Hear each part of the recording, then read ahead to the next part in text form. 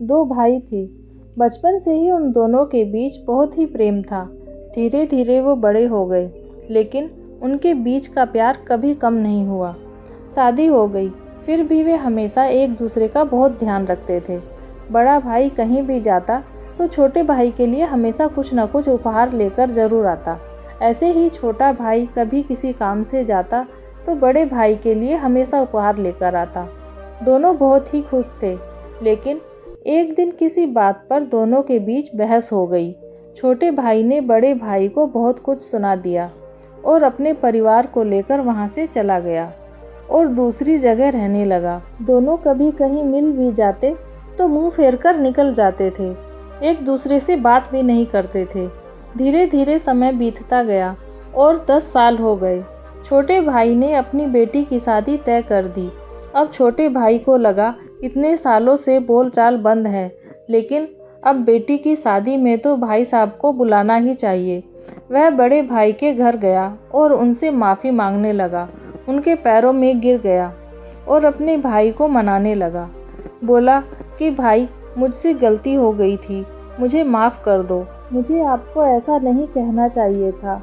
मुझे माफ़ कर दो भाई, और मेरे साथ चलो। बेटी की शादी है, आप घर के बड़े हो, आपके ही आशीर्वाद से सब संभव है। आपको ही सब संभालना है। आप घर के बड़े हो, आपके आशीर्वाद के बिना बेटी की शादी कैसे हो सकती है। लेकिन बड़ा भाई अभी भी नाराज़ था। उसने कुछ नहीं कहा। उसे लगा कि वह नाटक कर रहा है, इसलिए वह चुप रहा। छोटा भाई कोई उत्तर न मिलने पर निराश होकर अपने घर आ गया।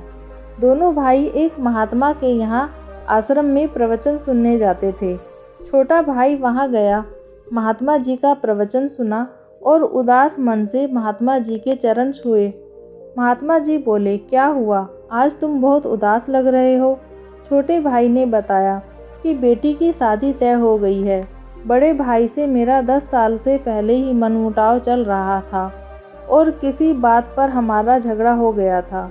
तब से बोलचाल बंद है और हम अलग अलग रहते हैं। लेकिन अब घर में इतने सालों बाद कोई खुशी आई है।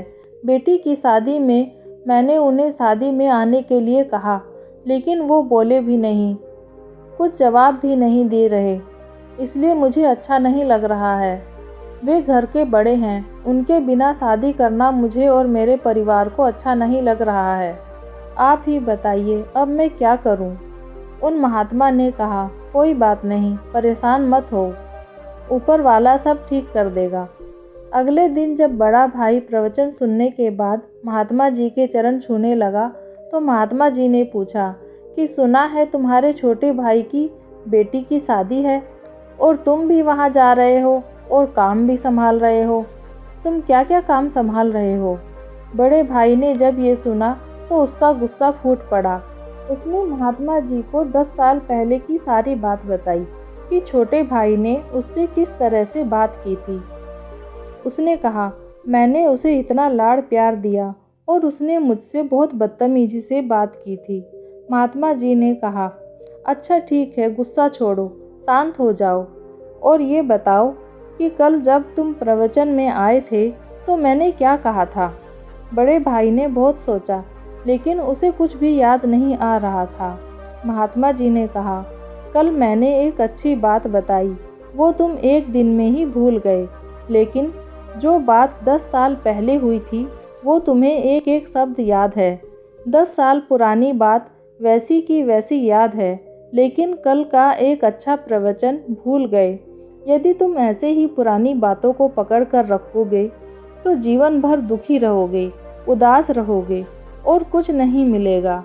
महात्मा जी की बात बड़े भाई को समझ में आ गई। उसने महात्मा जी को धन्यवाद दिया और छोटे भाई के घर चला गया और अपने छोटे भाई से कहा, तू चिंता मत कर, मैं सब संभाल लूँगा। दोस्तों, इस कहानी से हमें सीख मिलती है कि हमें अच्छी बातों को याद रखना चाहिए और बुरी बातों को जल्दी से जल्दी भूल जाना चाहिए, क्योंकि यदि हम भूलने वाली बातें याद रखेंगे तो हमेशा दुखी और परेशान रहेंगे। दोस्तों, आपको यह कहानी कैसी लगी कमेंट बॉक्स में ज़रूर बताएं और वीडियो को लाइक और चैनल को सब्सक्राइब ज़रूर करें। धन्यवाद।